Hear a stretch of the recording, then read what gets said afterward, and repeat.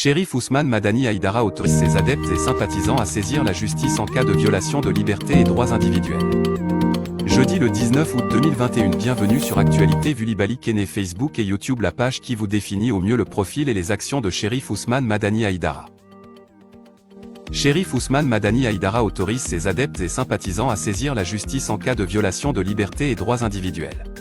L'association citoyenne pour l'essor intégral de Djanguiné-Bougou a tenu ce mercredi une conférence de presse à la maison de presse de Bamako. Le but visé pour l'ACED consistait à apporter son soutien total au président du Haut Conseil islamique du Mali, guide spirituel des Ansars et président du groupement des leaders spirituels musulmans du Mali, Asseid Cherif Ousmane Madani Haïdara, dans sa lutte pour l'islam, l'union des musulmans et la cohésion sociale de tous.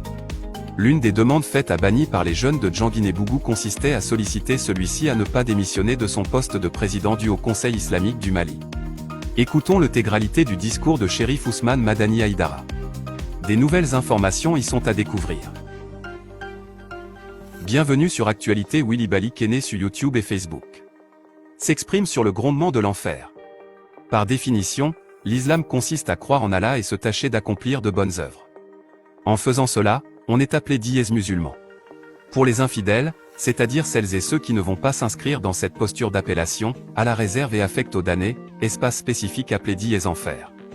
Condamnés en raison de leur faute à des souffrances et supplices éternels, disons que les peines émises sur les damnés de l'enfer, tout comme les privilèges faits aux élus du dièse paradis, sont uniquement les résultats des œuvres des uns et des autres. Le jour de la résurrection, jour du jugement dernier, le jour où la récompense sera faite à ses esclaves, le grondement de l'enfer devient si grand à tel point que les infidèles finiront par se faire indexer.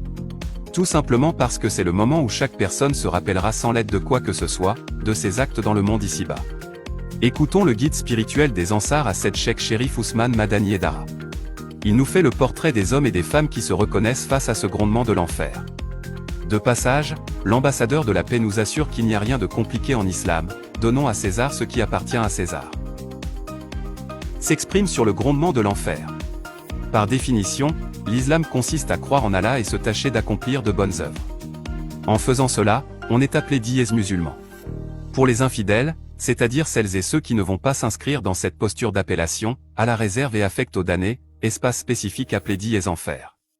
Condamnés en raison de leur faute à des souffrances et supplices éternels, disons que les peines émises sur les damnés de l'enfer, tout comme les privilèges faits aux élus du dièse paradis, sont uniquement les résultats des œuvres des uns et des autres.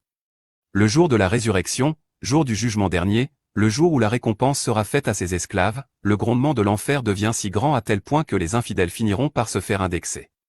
Tout simplement parce que c'est le moment où chaque personne se rappellera sans l'aide de quoi que ce soit, de ses actes dans le monde ici-bas.